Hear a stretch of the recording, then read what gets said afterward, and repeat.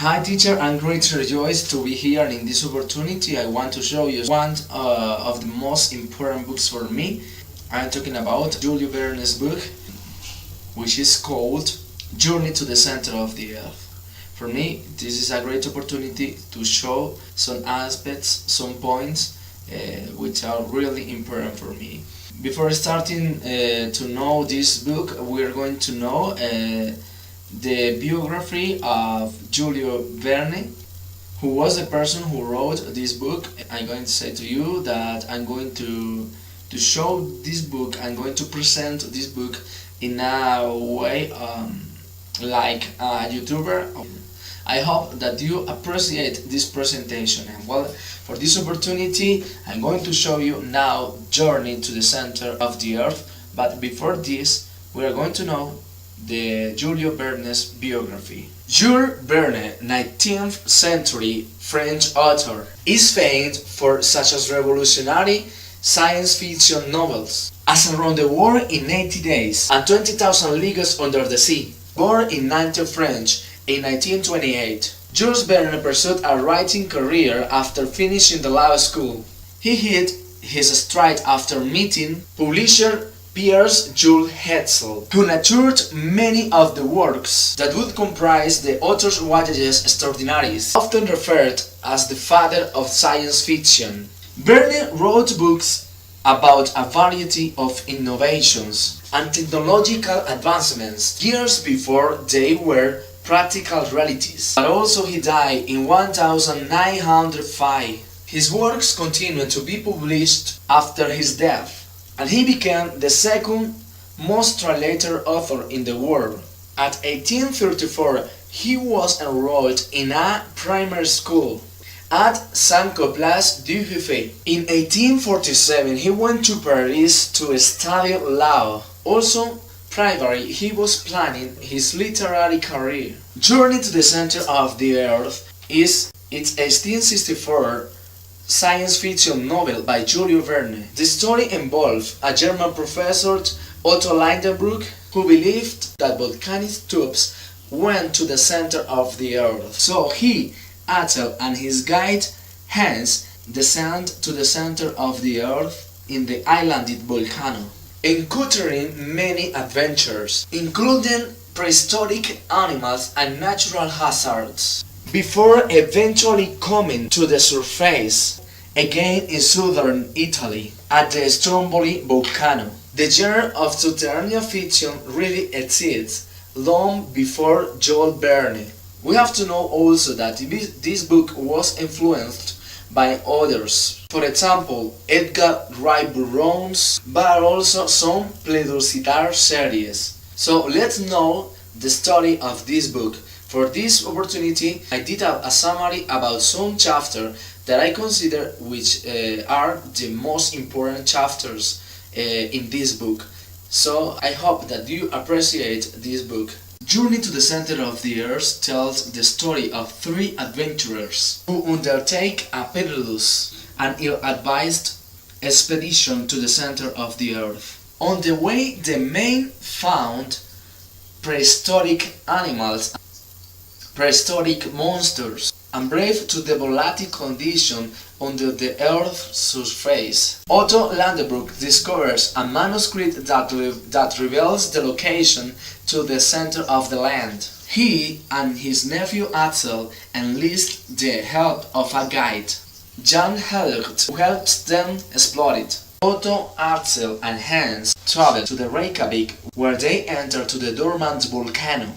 The passage leads them to an underground sea, where they encounter the prehistoric creatures. But the explorers don't reach the center of the Earth, but spiral quite miraculously during a volcanic eruption. Following the incident, the man rightly became famous. The novel begins in the spring of 1863, after hasty preparation and brave farewell to Prenty Grauben, who promised to marry him on his return.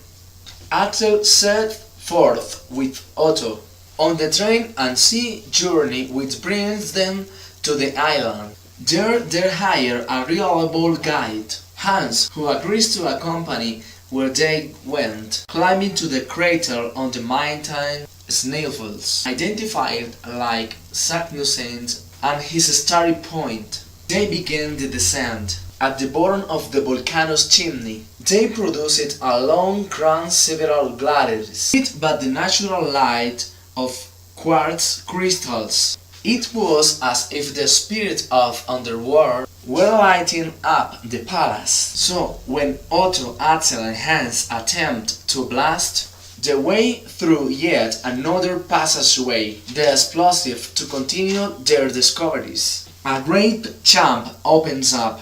They were swept into an active volcano and ejected off of the coast of Italy. The three returned to Hamburg triumphantly, where some believed the story but others didn't believe the story that Otto told. They became even more widely respected and celebrated. Otto donated the Saknussemm manuscript to the city archive. Hans later returns home to Iceland, for he is homesick. Grambus told to Axel that in that moment he became a hero, and she married him. At the close of the novel, the two continue to live and study with Otto. You have to know also that the first edition for this book was in 1871 in the languages like English. So it was published in Griffith. And other thing that we have to know that is that this book has received a lot of prize. From this book has been made some films, some great films which have been attractive for people around the world.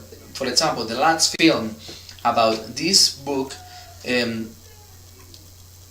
received the same name like the book, Journey to the Center of the Earth, but it had a little contradiction, but well, at the end it received a lot of prize also.